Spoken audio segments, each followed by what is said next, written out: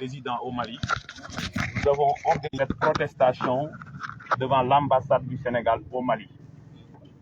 Et aujourd'hui, nous voulons dénoncer et nous voulons lutter acharnement contre l'instauration au Sénégal d'une monarchie testamentaire. Le Sénégal est une république populaire où c'est le peuple sénégalais souverain qui doit désigner qui placer à la tête de son État. Le Sénégal n'est pas une monarchie testamentaire où c'est un défunt président testateur qui doit désigner son légataire, son successeur. Ils sont en train de confisquer la volonté populaire. Une élection, c'est une affaire du peuple. Et le peuple sénégalais doit avoir la liberté de désigner parmi les prétendants qui placer à la tête de l'État du Sénégal. Aujourd'hui, nous voulons protester contre ce que nous avons communément appelé le système. C'est une bande de fripouilles, d'affairistes et de politiciens qui sucent le sang du peuple sénégalais, exploitent les richesses du peuple sénégalais au détriment des masses laborieuses, au détriment de cette jeunesse sénégalaise qui est aujourd'hui condamnée à braver la Méditerranée, qui est aujourd'hui condamnée à rejoindre, à emprunter le chemin de Nicaragua, parce qu'elle laissait à elle-même dépourvue d'espoir. Aujourd'hui, il y a un système qui s'est établi au Sénégal et qui a étalé toutes ses ramifications dans toutes les sphères de la société sénégalaise, dans les milieux politiques, dans les milieux religieux, dans les milieux économiques, dans l'espace universitaire, dans les médias, partout, pour barrer la route à la volonté populaire qui s'exprimera par tous les moyens. Aujourd'hui, nous interpellons le peuple sénégalais, qui est un peuple souverain. Nous avons raté le rendez-vous de décembre 1962 avec Mamadou Dia. Nous avions raté le rendez-vous de 78 et de 83 avec Cheikh Anta. Ne ratons pas cette occasion historique de transformer notre pays au soir du 25 février 2024. Être présent au soir du 25 février 2024, c'est éviter que le suffrage populaire ne soit confisqué. Et protéger ce suffrage populaire, c'est se battre pour une élection inclusive avant tout. Et une élection inclusive, c'est la participation inconditionnelle du leader le plus populaire, de l'opposant acharné et radical, le président Ousmane. Je voulais terminer mon message en appelant à la sérénité et à la responsabilité des institutions internationales. Le Sénégal a ratifié un certain nombre d'accords et de traités. Le Sénégal s'est engagé à travers des instruments internationaux. L'un des caractères principaux d'une règle de droit, d'un texte de loi, c'est son caractère coercitif et contraignant.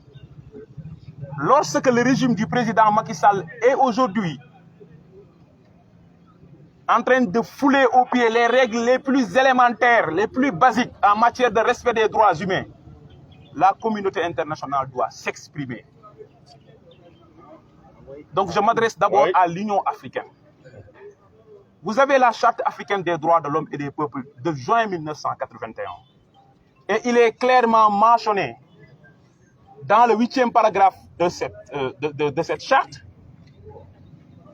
que les peuples africains représentés par leurs États se sont engagés à lutter contre toutes les formes de discrimination, qu'elles soient raciales, qu'elles soient religieuses, qu'elles soient ethniques, mais qu'elles soient basées sur l'opinion politique.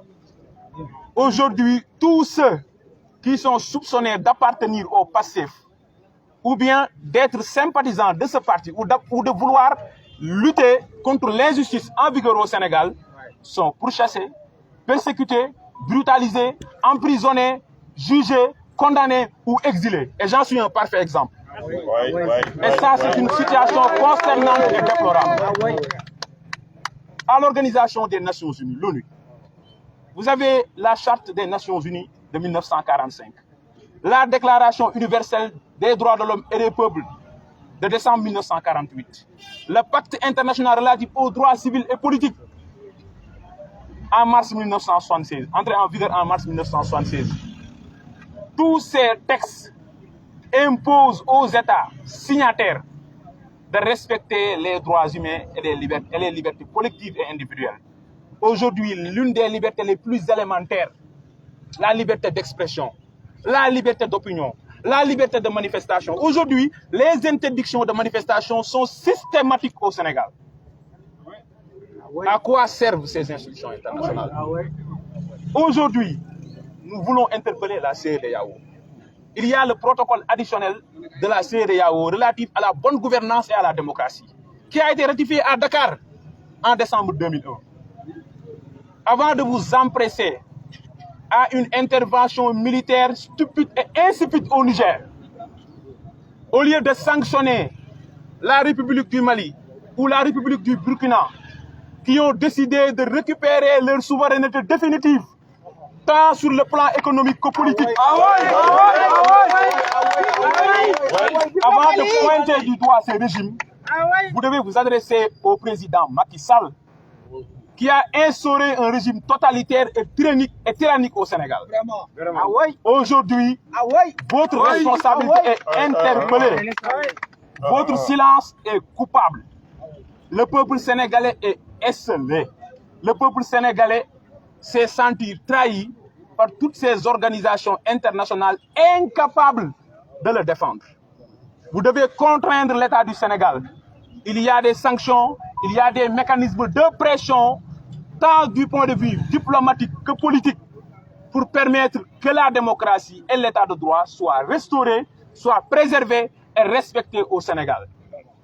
Donc vos communiqués de façade, vos communiqués de principe, ou les décisions judiciaires rendues par vos cours n'ont pas empêché au président Macky Sall de tuer froidement 14 jeunes Sénégalais en mars 2021. D'assassiner lâchement par des milices et des nervis aux côtés des forces de défense et de sécurité plus de 30 jeunes en juin 2023. Et plus récemment à Khossanto, 2 Sénégalais qui manifestaient pour les ressources naturelles, pour un emploi non qualifié, ont été assassinés dans la région de Kédougou, une région riche, une région minière. Voilà la situation dramatique et alarmante que les Sénégalais vivent sous le silence coupable et assourdissant des institutions internationales, régionales et sous-régionales. Le peuple sénégalais est seul. Mais ce peuple digne, ce peuple martyr, ce peuple brave, ce peuple courageux fera face à la dictature pour restaurer la démocratie et la souveraineté.